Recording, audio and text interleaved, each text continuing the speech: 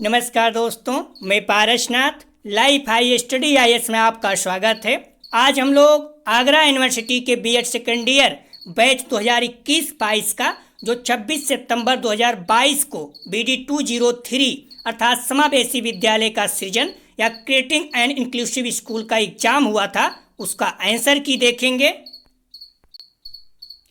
यह पेपर 40 अंक का था। 100 प्रश्न दिया गया था, 50 प्रश्न हल करना था, अर्थात एक प्रश्न 40/50 बराबर 0.8 अंक का था। क्लियर हो गया। इस पेपर में पास होने के लिए 40% अंक अर्थात 16 अंक या फिर 40% प्रश्न अर्थात 20 प्रश्न सही होना चाहिए। कुल मिला के पास होने के लिए इस पेपर में 16 अंक या 20 प्रश्न सही होना चाहिए। बुकलेट सीरीज B है। आप लोग ओमार आंसर शीट यहाँ पर जरूर लिखें। समय 1.5 घंटा अर्थात 90 मिनट दिया गया था। कोशिश किया गया है कि सभी प्रश्न सही हों। 1-2 प्रश्न ऐसे हैं जिनका आंसर आप क्लियर बता नहीं सकते कि क्या होगा, यूनिवर्सिटी पर निर्भर करेगा, तो आप लोग परेशान मत होना। ऐसे 1-2 प्रश्न हैं। यदि किसी प्रश्न पर आपको संदेह है तो कमेंट सेक्शन में जरूर बताइएगा, फिर से चेक करेंगे। आप लोग ध्यान दीजिएगा, हम लोगों ने इस पेपर का जो प्रैक्टिस सेट हल किए थे उसमें से सभी प्रश्न अपने ही प्रैक्टिस सेट से आए थे और आपको 100 प्रश्न में से 50 प्रश्न हल करना था। इसीलिए कहता हूं कि आप लोग बुक और मॉडल पेपर को अच्छे से स्टडी कीजिए और मेरे साथ प्रैक्टिस सेट हल कीजिए। अपने आप पे विश्वास रखिए, आप लोगों के बहुत अच्छे अंक आएंगे। प्लीज़ आप लोग वीडियो को ज़्यादा से ज़्यादा शेयर कीजिए जिससे सभी लोगों को लाभ हो सके। यदि आप लोग चैनल को सब्सक्राइब नहीं किए हैं तो चैनल को सब्सक्राइब कीजिए तथा वीडियो को लाइक और शेयर जरूर कीजिए, इससे मोटिवेशन मिलता है। आइए देखते हैं प्रश्नों को। पहला प्रश्न है, एक बच्चा जो आंशिक रूप से देख सकता है तो इसका सही जवाब हो जाएगा C। उसे विशिष्ट प्रावधान देते हुए नियमित विद्यालय में रखना चाहिए। तो पहले का सही जवाब है एक बच्चा जो आंशिक रूप से देख सकता है, तो इसका सही जवाब हो जाएगा C।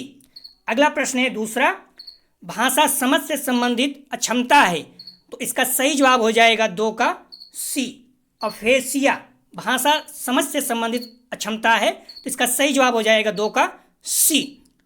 तीसरा प्रश्न है, चालक कौशल में अधिगम अक्षमता कहलाती है, तो इसका सही जवाब हो जाएगा C। डिस्प्रैक्सिया। आप लोग ध्यान रखना, मॉडल पेपर में ए दिया गया है डिसलेक्सिया, जो कि गलत है। डिसलेक्सिया का अर्थ होता है पढ़ने की समस्या, ठीक है। तो 3 का सही जवाब हो जाएगा C। डिस्प्रैक्सिया चालक कौशलों में अधिगम अक्षमता कहलाती है C। डिस्प्रैक्सिया। क्लियर हो गया। अगला प्रश्न है 4 नंबर, निम्न में से कौन सा एशियन एवं पैसिफिक दशक अक्षम लोगों के लिए माना जाता है, तो इसका सही जवाब हो जाएगा C। 1993 से 2002। 4 का सही जवाब हो जाएगा C। अगला प्रश्न है 5 नंबर, अक्षम समूह के बच्चे सामान्य छात्रों के साथ पढ़ते हैं या दिखाता है, तो इसका सही जवाब हो जाएगा C। समावेशी शिक्षा। 5 का सही जवाब है C। अगला प्रश्न है 6 नंबर, समावेशी शिक्षा इस अवधारणा पर निर्भर है कि, तो इसका सही जवाब हो जाएगा 6 का B। ठीक है, 6 का सही जवाब हो जाएगा B। बालक के अनुरूप प्रणाली को परिवर्तित किया जाए। समावेशी शिक्षा इस अवधारणा पर निर्भर है कि, समावेशी शिक्षा इस अवधारणा पर निर्भर है कि बालक के अनुरूप प्रणाली को परिवर्तित किया जाए, तो 6 का सही जवाब हो जाएगा B। क्लियर हो गया। अगला प्रश्न है 7 नंबर, मानसिक मंदित बालक की बुद्धि लब्धि का प्रसार है, तो इसका सही जवाब हो जाएगा 7 का B। 30 से 75। ठीक है, मानसिक मंदित बालक की बुद्धि लब्धि का प्रसार है, तो इसका सही जवाब हो जाएगा 7 का B। क्लियर हो गया। अगला प्रश्न है 8 नंबर, सृजनात्मकता का संबंध मुख्य रूप से है, तो इसका सही जवाब हो जाएगा 8 का B। अपसरणीय चिंतन। 8 का सही जवाब है B। अगला प्रश्न है 9 नंबर, निम्न में से किस प्रकार का अधिगम कार्य पढ़ने योग्य मानसिक अक्षम छात्रों को नहीं दिया जाना चाहिए, तो इसका सही जवाब हो जाएगा 9 का B। जटिल कार्य। ठीक है, 9 का सही जवाब है B। अगला प्रश्न है 10 नंबर, निम्न में से कौन सा समावेशी शिक्षा का लाभ नहीं है, ध्यान रखना नहीं है, तो इसका सही जवाब हो जाएगा 10 का A। छात्रों के मध्य बढ़ती प्रतिस्पर्धा निम्न से कौन सा समावेशी शिक्षा का लाभ नहीं है? तो इसका सही जवाब हो जाएगा ए। अगला प्रश्न है 11 नंबर, सभी बच्चों को एक साथ सीखने का अधिकार है। तो इसका सही जवाब हो जाएगा बी, मानवाधिकार। तो 11 का सही जवाब है बी। अगला प्रश्न है 12 नंबर, निम्न में से कौन सा भवन या बाहरी स्थान का तत्व है जो अक्षमता वाले व्यक्ति के लिए बाधक होता है? तो इसका सही जवाब हो जाएगा ए, अभिवृत्ति, एटीट्यूशनल। अगला प्रश्न है 12 का सही जवाब है ए। क्लियर हो गया। अगला प्रश्न है 13 नंबर, गंभीर रूप से पीड़ित मानसिक अक्षम बच्चों को रखना चाहिए। तो इसका सही जवाब हो जाएगा ए, विशिष्ट विद्यालय में। तो 13 का सही जवाब है ए। अगला प्रश्न है 14 नंबर, समावेशी शिक्षा हेतु नकारात्मक दृष्टिकोण भिन्न क्षमता वाले बच्चों में भेदभाव तथा बहिष्करण सम्मिलित है। इसका सही जवाब है 14 नंबर का ए, सामाजिक बाधाओं में। तो 14 नंबर का सही जवाब है ए। अगला प्रश्न है निम्न में से कौन सा भौतिक संसाधन समावेशी विद्यालय हेतु उपयोगहीन है? तो इसका सही जवाब हो जाएगा 15 का बी, चक्राकार सीढ़ियाँ। ठीक है, निम्न में से कौन सा भौतिक संसाधन समावेशी विद्यालय हेतु उपयोगहीन है? तो इसका सही जवाब हो जाएगा चक्राकार सीढ़ियाँ। ठीक है, 15 का सही जवाब है बी। अगला प्रश्न है निम्न में से 16 नंबर, निम्न में से कौन सा बिंदु समावेशी शिक्षा हेतु सकारात्मक दृष्टिकोण विकसित करने हेतु उपयुक्त नहीं है? ध्यान रखना, नहीं है। तो इसका सही जवाब हो जाएगा 16 का डी। ठीक है, 16 का सही जवाब हो जाएगा डी, भिन्न क्षमता वाले बच्चों से प्रतिस्पर्धा रखना। ठीक है, इसका सही जवाब हो जाएगा डी। तो क्लियर याद रखना, 16 का सही जवाब है डी। अगला प्रश्न है 17 नंबर, निम्न में से कौन सी रणनीति समावेशी विद्यालय के अधिगम वातावरण को सकारात्मक बनाने में सहायक नहीं है? ध्यान रखना, नहीं होगी। निम्न में से कौन सी रणनीति समावेशी विद्यालय के अधिगम वातावरण को सकारात्मक बनाने में सहायक नहीं होगी? तो इसका सही जवाब हो जाएगा 17 का ए, समय सारणी की दृढ़ता। 17 का सही जवाब है ए, समय सारणी की दृढ़ता। ठीक है, अगला प्रश्न है 18 नंबर, निम्न में से कौन सा परामर्श भिन्न क्षमता वाले बच्चों के लिए आवश्यक है? तो 18 का सही जवाब हो जाएगा डी, उपरोक्त सभी, व्यवसायिक परामर्श, व्यक्तिगत परामर्श, शैक्षिक परामर्श, तीनों। ठीक है, तो 18 का सही जवाब है डी। अगला प्रश्न है 19 नंबर, निम्न में से कौन सा समावेशी पाठ्यक्रम के विकास में सहायक नहीं है? ध्यान रखना, नहीं है। तो इसका सही जवाब हो जाएगा डी, उद्देश्य की उपयुक्तता का निर्धारण। तो 19 का सही जवाब हो जाएगा डी। ठीक है, क्लियर हो गया। अगला प्रश्न है 20 नंबर, 20 नंबर, निम्न में से कौन सी विधि समावेशी कक्षा हेतु उपयुक्त है? तो इसका सही जवाब हो जाएगा डी, उपरोक्त सभी, कहानी वाचनविद, प्रोजेक्टविद, खेलविद, तीनों। ठीक है, तो 20 का सही जवाब हो जाएगा डी। अगला प्रश्न है 21, निम्न में से कौन सी रणनीति भिन्न क्षमता वाले छात्रों द्वारा सामान्य पाठ्यक्रम को ग्रहण करने में सहायक नहीं है? पॉइंट को ध्यान रखना, सहायक नहीं है। तो इसका सही जवाब हो जाएगा सी, संवाद विधि द्वारा अधिगम। ठीक है, 21 का सही जवाब है सी। क्लियर हो गया।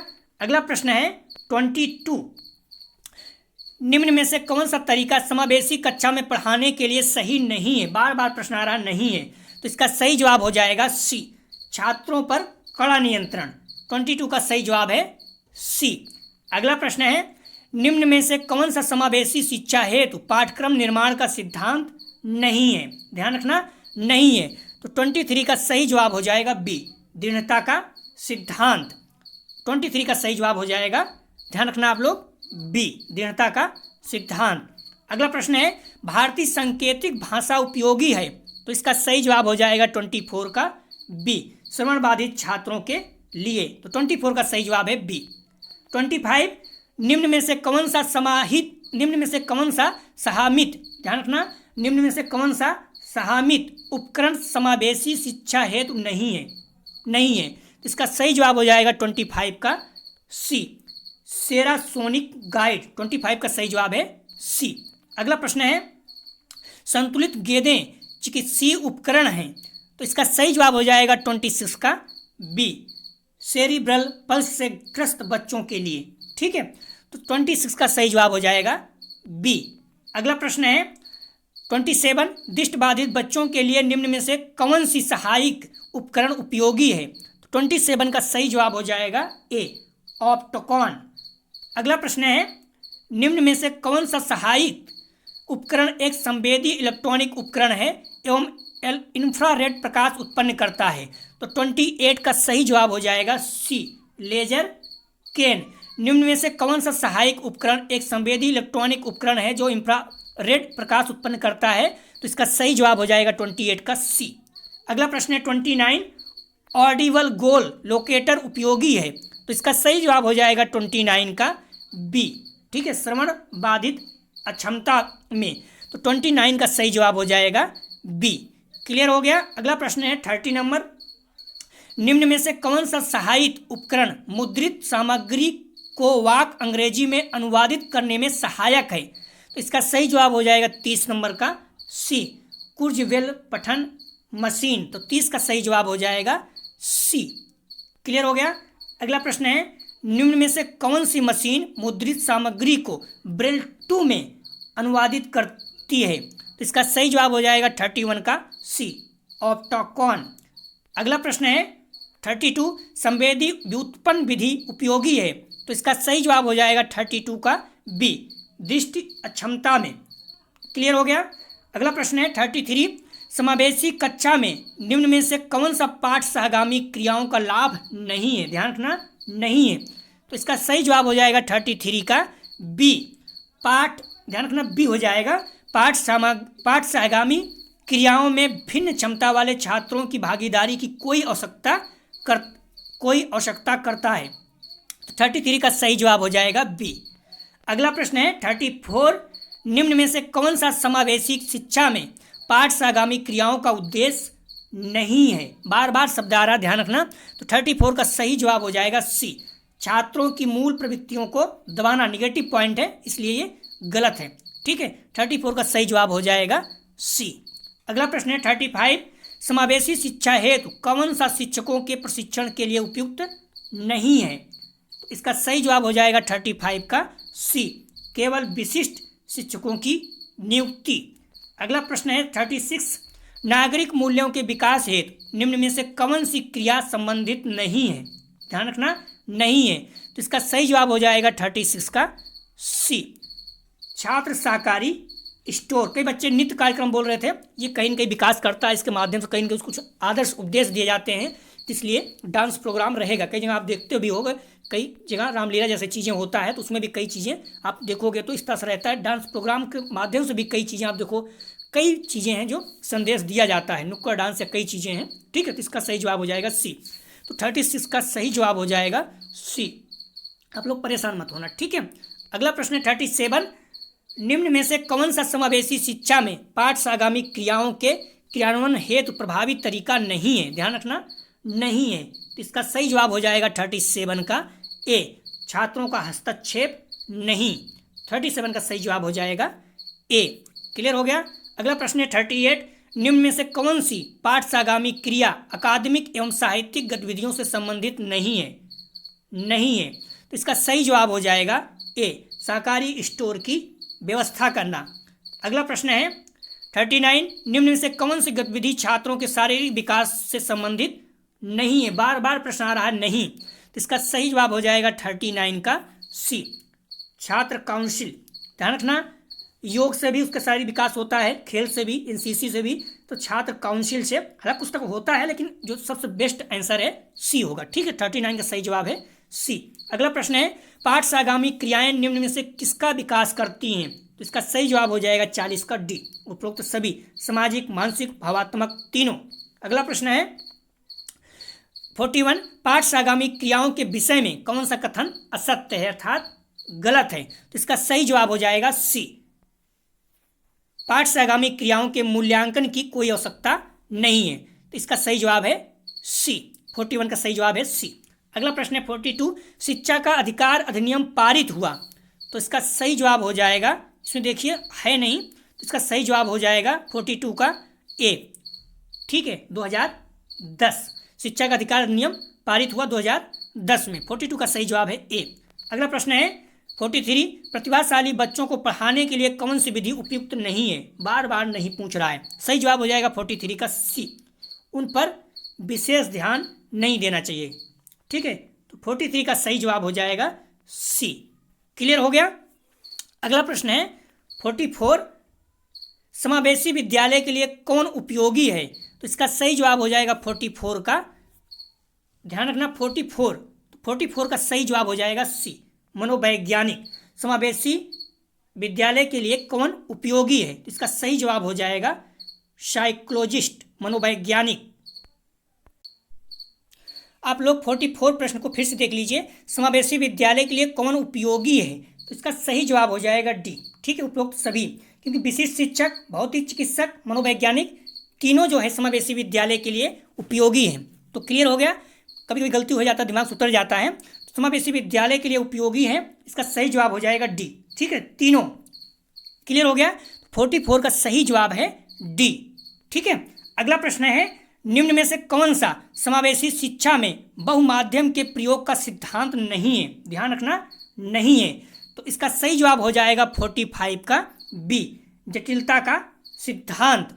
क्लियर हो गया। निम्न में से कौन सा समावेशी शिक्षा में बहुमाध्यम के प्रयोग का सिद्धांत नहीं है, इसका सही जवाब हो जाएगा 45 का बी, जटिलता का सिद्धांत। अगला प्रश्न है 46 निम्न में से कौन सा विशिष्ट आवश्यकता वाले बच्चों के लिए अधिगम सामग्री के विकास के लिए आवश्यक नहीं है, तो इसका सही जवाब हो जाएगा 46 का सी, या महंगी होनी चाहिए। ठीक है, अगला प्रश्न है 46 का सही जवाब है सी।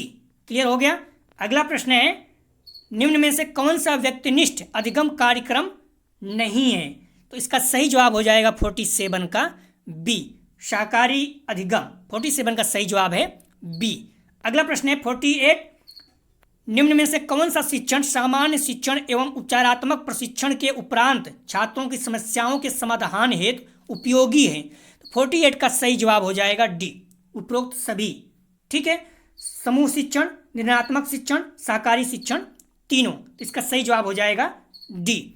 अगला प्रश्न है निम्न में से किस प्रकार के शिक्षण में शिक्षकों का एक समूह पढ़ाता है, तो इसका सही जवाब हो जाएगा 49 का सी, समूह शिक्षण। ठीक है, अगला प्रश्न है समूह शिक्षण के विषय में निम्न में से कौन सा कथन असत्य है अर्थात गलत है, तो इसका सही जवाब हो जाएगा ए, एक शिक्षक छात्रों के समूह को पढ़ाता है। समूह शिक्षण के विषय में निम्न में से कौन सा कथन असत्य है अर्थात गलत है, तो एक शिक्षक छात्रों के समूह को पढ़ाता है, तो 50 का सही जवाब हो जाएगा ए। क्लियर हो गया।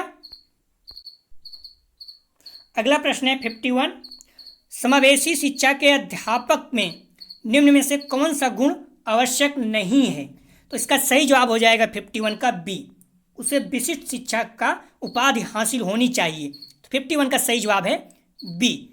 अगला प्रश्न है 52 निम्न में से कौन सा शाकाहारी अधिगम का लाभ नहीं है, तो इसका सही जवाब हो जाएगा 52 का डी, उपरोक्त सभी। एक दूसरे पर निर्भरता, आप लोग ध्यान रखना इस प्रश्न को, आप लोग ध्यान रखना इस 52 का विशेष रूप से। हिंदी में देखोगे तो निम्न में से कौन सा शाकाहारी अधिगम का लाभ नहीं है, लेकिन आप इंग्लिश में देखोगे तो which of the following is the benefit of cooperative learning, अर्थात नहीं शब्द नहीं है। ठीक है, इंग्लिश में नॉट नहीं है, ध्यान रखना, ये इंग्लिश में नॉट नहीं है मतलब कट है। तो इसके अनुसार अगर इंग्लिश के अनुसार देखोगे तो ऑल ऑफ दीज होगा। ठीक है, हिंदी के अनुसार देखोगे तो पता नहीं, लेकिन इंग्लिश के अनुसार देखोगे तो इसका आंसर ऑल ऑफ दीज होगा। इसमें पूछ रहा है निम्न से कौन सा शाकाहारी अधिगम का लाभ है, नहीं शब्द हटा दीजिए। ठीक है, तो एक दूसरे पर निर्भरता, संप्रेषण कौशल, समूह में कार्य करने का कौशल सभी हो जाएगा, तो इसके अनुसार डी हो जाएगा। ठीक है, इंग्लिश के अनुसार जब दोनों प्रश्न में कोई प्रॉब्लम हो तो हमेशा इंग्लिश को वरीयता दी जाती है, इसलिए आप लोग इंग्लिश के अनुसार चलिए। तो इंग्लिश के अनुसार इसका सही जवाब जो हो जाएगा, अंग्रेजी के अनुसार जो प्रश्न है उसका सही जवाब हो जाएगा डी। ठीक है, और आप लोग डी ही मान के चलिए। ठीक है, यहाँ गलती से कभी कोई हो जाता है। ठीक है, आप इसे देखेंगे यहाँ नॉट है नहीं, तो which of the following is the benefit of cooperative learning, तो इसका सही जवाब हो जाएगा ऑल ऑफ दीज। ठीक है, तीनों। क्लियर हो गया। तो 52 का सही जवाब हो जाएगा, आप लोग परेशान मत होना। ठीक है, इसका सही जवाब हो जाएगा डी। हिंदी में क्या किया उन्होंने गलती से शायद नहीं लिख दिया है। ठीक है, इसलिए हटा दीजिए आप लोग, ठीक है। अब इंग्लिश के अनुसार चलिए, उसका सही जवाब हो जाएगा डी, परेशान मत होना। क्लियर हो गया। अगला प्रश्न है 53, सहकारी अधिगम के संदर्भ में निम्न में से कौन सा कथन असत्य अर्थात गलत है? तो इसका सही जवाब हो जाएगा ए, छात्र अपने अधिगम के लिए जिम्मेदार नहीं होते। 53 का सही जवाब है ए। अगला प्रश्न है व्यक्तिनिष्ठ अधिगम के विषय में कौन सा कथन असत्य अर्थात गलत है? 54 का सही जवाब हो जाएगा बी, यह छात्रों में सामाजिक मूल्यों का विकास करता है। अगला प्रश्न है 55, निम्न में से बच्चों का कौन सा समूह समावेशी शिक्षा के अंतर्गत आता है? तो 55 का सही जवाब हो जाएगा डी, उपरोक्त सभी, ठीक है। भिन्न क्षमता वाले बच्चे, वंचित वर्ग के बच्चे, प्रतिभाशाली, तीनों। 55 का सही जवाब हो जाएगा डी। क्लियर हो गया। अगला प्रश्न 56, निम्न में से कौन सा बच्चों में विकलांगता अर्थात अक्षमता का कारण नहीं है? इसका सही जवाब हो जाएगा 56 का डी, पुरानी परंपराएं, ठीक है। 56 का सही जवाब हो जाएगा डी। अगला प्रश्न है निम्न में से, ये प्रश्न बहुत सिंपल था 56, आप देखेंगे तो बोल रहा है अक्षमता का कारण नहीं है, तो मनोसामाजिक हो सकता है, कुपोषण हो सकता है, दूषित वातावरण हो सकता है, लेकिन पुरानी परंपराएं हैं, ओल्ड कस्टम से हैं, और नहीं है, ठीक है। अगला प्रश्न है 57, निम्न में से कौन सा दृष्टिहीन बालक की विशेषता नहीं है? तो इसका सही जवाब हो जाएगा 57 का ए, अमूर्त चिंतन की प्रबलता। क्लियर हो गया। 57 का सही जवाब है ए। अगला प्रश्न है 58, शारीरिक विकलांगता का लक्षण है, शारीरिक विकलांगता का लक्षण है, तो इसका सही जवाब हो जाएगा 58 का ए, मांसपेशियों का कमजोर होना। अगला प्रश्न है 59, निम्न में से कौन सी प्रतिभाशाली बालक की विशेषता नहीं है? तो इसका सही जवाब हो जाएगा 59 का सी, घर तथा विद्यालय में समायोजन की समस्या, ठीक है। तो घर तथा विद्यालय में अगर समायोजन की समस्या है तो ये प्रतिभाशाली बालक की विशेषता नहीं है। 59 का सही जवाब है सी। अगला प्रश्न है 60, प्रतिभाशाली बालक के चुनाव की विधि है, तो इसका सही जवाब हो जाएगा ए, निष्पत्ति परीक्षण। 60 का सही जवाब है ए। अगला प्रश्न है 61, निम्न में से कौन सा अधिगम अक्षमता का प्रकार नहीं है? तो इसका सही जवाब हो जाएगा 61 का, ध्यान रखना आप लोग विशेष रूप से 61 प्रश्न में, तो 61 का सही जवाब हो जाएगा बी, डिस्ग्राफिकल। ध्यान रखना डिस्ग्राफिया नहीं है, डिस्ग्राफिकल है। पूछा है निम्न में से कौन सा अधिगम अक्षमता का प्रकार नहीं है, तो इसका सही जवाब हो जाएगा 61 का बी, डिस्ग्राफिकल। आप अगर मॉडल पेपर में देखोगे तो वहाँ पर हाइपरलेक्सिया दिया हुआ है, जबकि हाइपरलेक्सिया एक अक्षमता का प्रकार है। क्लियर हो गया। डिसलेक्सिया माने क्या होता है आप लोग बताइए? डिसलेक्सिया मतलब होता है पढ़ने की समस्या, ठीक है।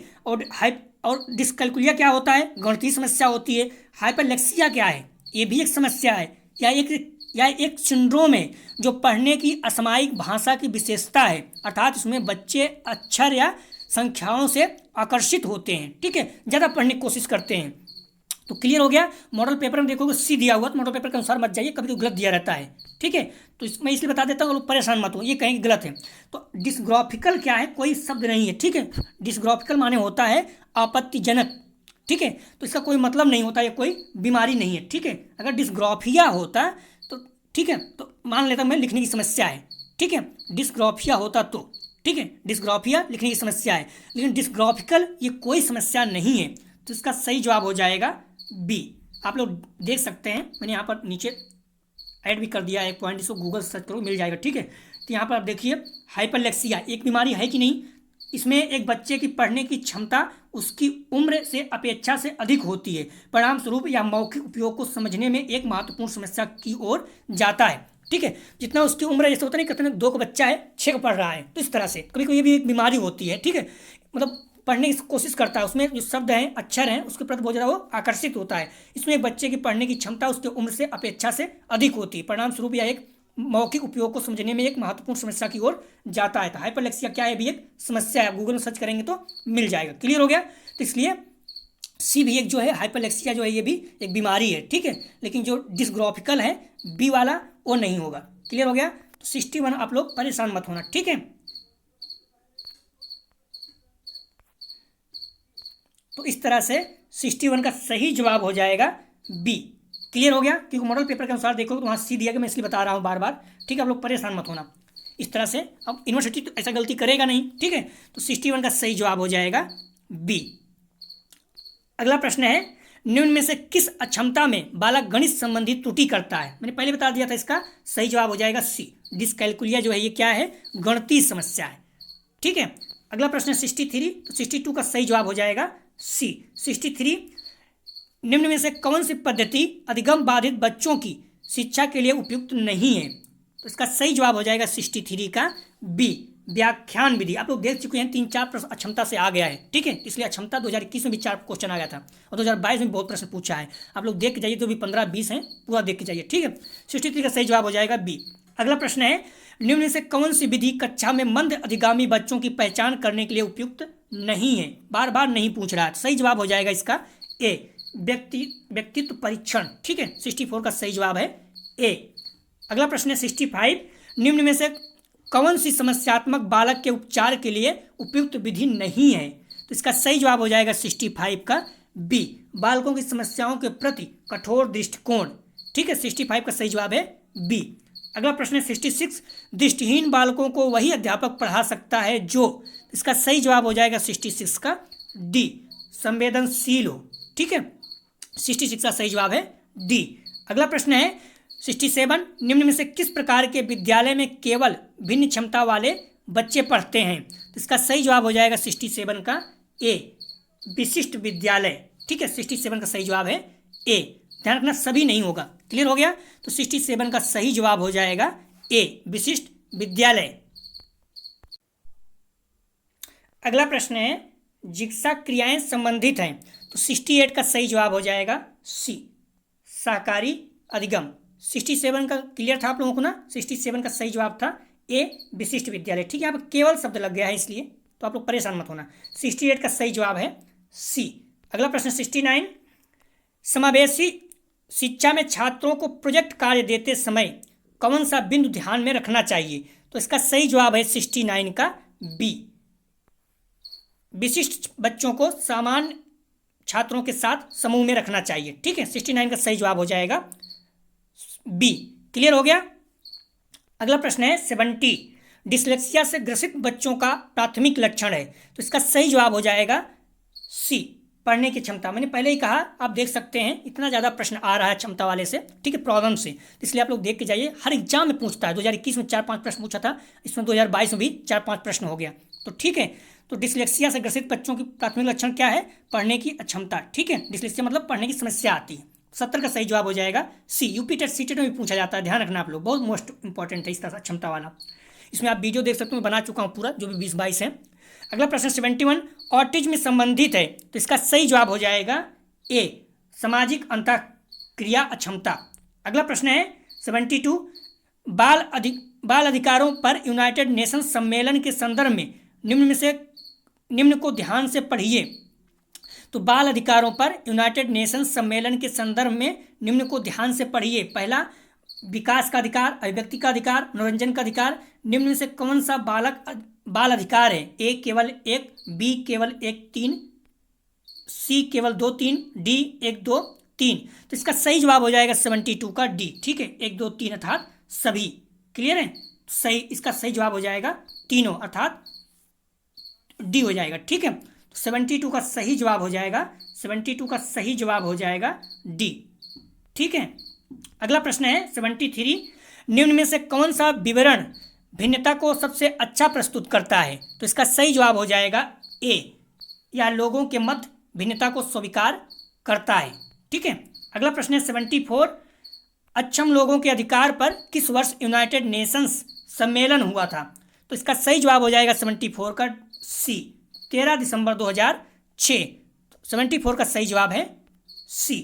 अगला प्रश्न है 75, जब विशिष्ट छात्रों की आवश्यकता के अनुरूप उन्हें पूर्व निहित संरचना में ढाला जाता है तो वह है। इसका सही जवाब हो जाएगा 75 का बी, एकीकृत शिक्षा। ठीक है, 75 का सही जवाब हो जाएगा बी। अगला प्रश्न है 76, किस शिक्षा में विशिष्ट आवश्यकता होने या न होने पर भी विशेष रूप से ध्यान दिया जाता है? तो इसका सही जवाब हो जाएगा 76 का सी, निर्णयात्मक शिक्षा। 76 का सही जवाब है सी। अगला प्रश्न है 77, निम्न में से कौन सा निर्णयात्मक शिक्षण की विशेषता नहीं है? तो इसका सही जवाब हो जाएगा 77 का बी, या परीक्षा से पूर्व किया जाता है।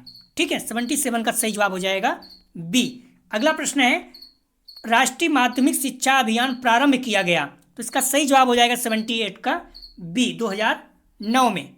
ठीक है, 78 का सही जवाब है बी। अगला प्रश्न है 79 भिन्न अधिगमकर्ताओं वाले समावेशी कक्षा में सहकारी अधिगम एवं सहपाठी शिक्षण, तो इसका सही जवाब है 79 का डी। ठीक है, इसका सही जवाब है 79 का डी। सहपाठी स्वीकारता हेतु सक्रिय रूप से प्रेरित करना। ठीक है, 79 का सही जवाब है डी। आप लोग परेशान मत होना, पूरा ज़्यादा बड़ा है। 79 का सही जवाब है डी। ठीक है, अगला प्रश्न है 80 नंबर, एक समावेशी कक्षा में भिन्न छात्र का अर्थ है, तो इसका सही जवाब हो जाएगा डी, उपरोक्त सभी बौद्धिक रूप से भिन्न, शारीरिक रूप से भिन्न, सामाजिक रूप से भिन्न।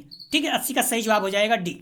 अगला प्रश्न है 81 एक समावेशी कक्षा में, इसका सही जवाब हो जाएगा बी। 81 का सही जवाब है बी, अक्षम एवं सामान्य बच्चे नियमित कक्षा वातावरण के साथ साथ पढ़ते हैं। अगला प्रश्न है 82 समावेशी शिक्षा, तो इसका सही जवाब हो जाएगा 82 का बी, कक्षा कक्ष में भिन्नता को दर्शाता है। 82 का सही जवाब है बी। अगला प्रश्न है 83 20 से 25 स्तर की बुद्धिलब्ध किस अक्षमता को दर्शाती है, तो इसका सही जवाब हो जाएगा 83 का सी, तीव्र। 83 का सही जवाब है सी। अगला प्रश्न है सफल समावेशी शिक्षा की आवश्यकता है, तो इसका सही जवाब हो जाएगा 84 का डी। ठीक है, संवेदीकरण, तो 84 का सही जवाब है डी।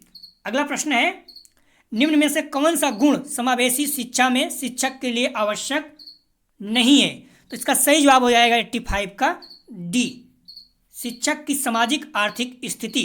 85 का सही जवाब हो जाएगा डी। अगला प्रश्न है 86 अधिगम अक्षम बच्चों एवं मानसिक मंदित बच्चों में अंतर है, तो इसका सही जवाब हो जाएगा 86 का डी, उपरोक्त सभी। ठीक है, वे प्रायः औसत बुद्धिमत्ता के होते हैं, वे अधिकांश क्षेत्रों में सीखने योग्य हैं, उन्हें एक क्षेत्र से अधिक अक्षमता होती है, तो इसका सही जवाब हो जाएगा 86 का डी, उपरोक्त सभी। अगला प्रश्न है 87 एक सृजनशील छात्र निम्न में से किन क्रियाओं के द्वारा चिन्हित किया जा सकता है। एक creative student can be identify by which of the following actions, एक सृजनशील छात्र निम्न से किन क्रियाओं के द्वारा चिन्हित किया जा सकता है, तो इसका सही जवाब हो जाएगा 87 का बी, समस्या पर वास्तविक विचारों को अभिव्यक्त करके। ठीक है, अगला प्रश्न है 88 बच्चे तथा युवा लोगों में सुनाई देने की अभिवृत्ति, मतलब कौन से आवाज़ जो होती है कितने से कितने हर्ट्ज के बीच में सुन सकते हैं, साइंस का प्रश्न है। ठीक है, लेकिन यहाँ पर भी आ गया है। ठीक है, क्योंकि जुड़ा हुआ है इस तरह से साइंस, जो साइकोलॉजी होता है साइंस ही है। तो 88 का सही जवाब हो जाता है ए, 20 से 20,000 हर्ट्ज के बीच में आपको आवाज़ जो होती है ये सुनाई देती है। ठीक है, 88 का सही जवाब हो जाएगा ए। अगला प्रश्न है 89 एक समावेशी विद्यालय, तो इसका सही जवाब हो जाएगा 89 का ए, सीखने की क्षमताओं में भिन्नता के बावजूद सभी छात्रों के अधिगम परिणामों को बेहतर बनाने के लिए प्रतिबद्ध, तो 89 का सही जवाब हो जाएगा ए। ठीक है, अगला प्रश्न है 90 शिक्षा का अधिकार अधिनियम प्रस्तावित किया गया, तो इसका सही जवाब हो जाएगा, प्रश्न देखिए बार बार वही प्रश्न दोबारा प्रश्न लगभग वैसे ही आ गया है, बस उन्हें सन डिफरेंस कर दिया है। तो शिक्षा का अधिकार अधिनियम जो प्रस्तावित किया गया था 2009 में और लागू किया गया था 2010 में, तो कंफ्यूज नहीं होना। ठीक है, एमएड में प्रश्न पूछा जा चुका है। तो शिक्षा का अधिकार अधिनियम कब प्रस्तावित किया गया था 2009 में, और लागू कब हुआ 2010 में। प्रश्नों को कभी गलत पूछ लेता है, आप लोग दोनों को ध्यान रखना, जहाँ जो पूछे उसे तक कर देना। ठीक है, शिक्षा का अधिकार अधिनियम प्रस्तावित किया गया था 2009 में और लागू किया गया था 2010 में, इसको याद रखना। ठीक है, 90 का सही जवाब हो जाएगा सी। अगला प्रश्न है विशिष्ट शिक्षा संबंधित है, तो इसका सही जवाब हो जाएगा 91 का बी, शारीरिक एवं मानसिक रूप से अक्षम बच्चों की शिक्षा। 91 का सही जवाब है बी। अगला प्रश्न है ब्रेल विधि तथा टेप रिकॉर्डिंग सहायक हो सकती है, तो इसका सही जवाब हो जाएगा सी, दृष्टि बाधित छात्रों की। तो 92 का सही जवाब है सी। अगला प्रश्न 93 श्रवण बाधित बच्चों को कक्षा में सबसे बड़ी निराशा का सामना करना पड़ता है, तो इसका सही जवाब हो जाएगा 93 का सी, संप्रेषण या सूचनाओं को साझा करने में असमर्थता। ठीक है, 93 का सही जवाब हो जाएगा सी। अगला प्रश्न है 94, निम्न में से किसके अतिरिक्त अधिगम अक्षमता हो सकती है? तो इसका सही जवाब हो जाएगा 94 का ए, सांस्कृतिक कारक। निम्न से किसके अतिरिक्त अधिगम अक्षमता हो सकती है? सांस्कृतिक कारक जो कल्चरल फैक्टर्स हैं ये नहीं है, ठीक है। बाकी व्यवहार में गड़बड़ी, भावनात्मक अस्थिरता, मस्तिष्क विकार, तीनों हैं। 94 का सही जवाब हो जाएगा ए, ठीक है। अगला प्रश्न है 95, अक्षम बच्चों के लिए एकीकृत शिक्षा की केंद्रीय प्रायोजित योजना का उद्देश्य अक्षम बच्चों को किस प्रकार के विद्यालय में शिक्षा उपलब्ध कराना है? तो इसका सही जवाब हो जाएगा 95 का सी, नियमित विद्यालयों में, ठीक है। अगला प्रश्न है 96, निम्न में से कौन सा सिद्धांत समावेशी शिक्षा को सुविधाजन्य बनाता है? तो इसका सही जवाब हो जाएगा 96 का बी, ठीक है, बी, बुद्धिलब्ध 80 के ऊपर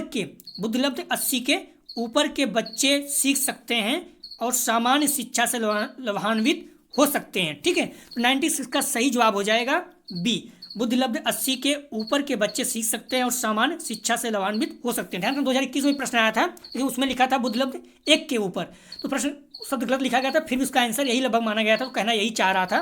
तो 96 का सही जवाब हो जाएगा, अब की बार उन्होंने सही कर दिया करेक्शन करके, तो 96 का सही जवाब हो जाएगा बी, ठीक है। अगला प्रश्न है 97, निम्न में से कौन सा विकासात्मक अक्षमता का उदाहरण नहीं है? देखिए फिर से प्रॉब्लम से आ गया ना, अक्षमता से आ गया, तो इसका सही जवाब हो जाएगा 97 का बी, पोस्ट ट्रॉमेटिक तनाव, ठीक है। तो 97 का सही जवाब हो जाएगा बी, पोस्ट ट्रॉमेटिक तनाव। क्लियर हो गया। अगला प्रश्न है 98, प्रतिभाशाली छात्र होते हैं, तो इसका सही जवाब हो जाएगा 98 का डी, अपने निर्णय में स्वतंत्र, तो 98 का सही जवाब हो जाएगा डी।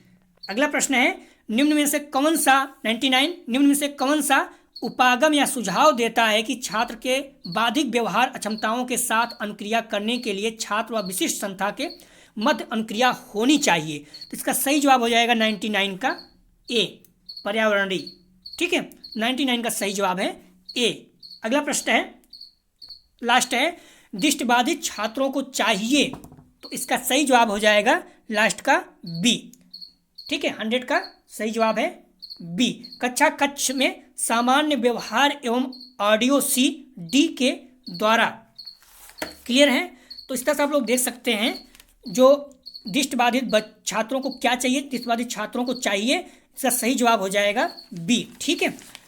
कक्षा कक्ष में सामान्य व्यवहार एवं ऑडियो CD के द्वारा सहायक, ठीक है। तो आप लोग परेशान मत होना, कुछ प्रश्नों में है जो एक आध प्रश्न प्रॉब्लम हो सकती है, क्योंकि मॉडल पेपर में कुछ और दिया है और हमने कुछ और बताया है, लेकिन हमने गूगल या बुक कई जगह से मैंने देखा, जो सही लगा मुझे वही बताया। बाकी 99 प्रश्न लगभग ठीक है। बाकी आप लोग देख सकते हैं एक आध प्रश्न प्रॉब्लम है, प्रॉब्लम नहीं है, ठीक है। तो पूरा प्रश्न लगभग सही है।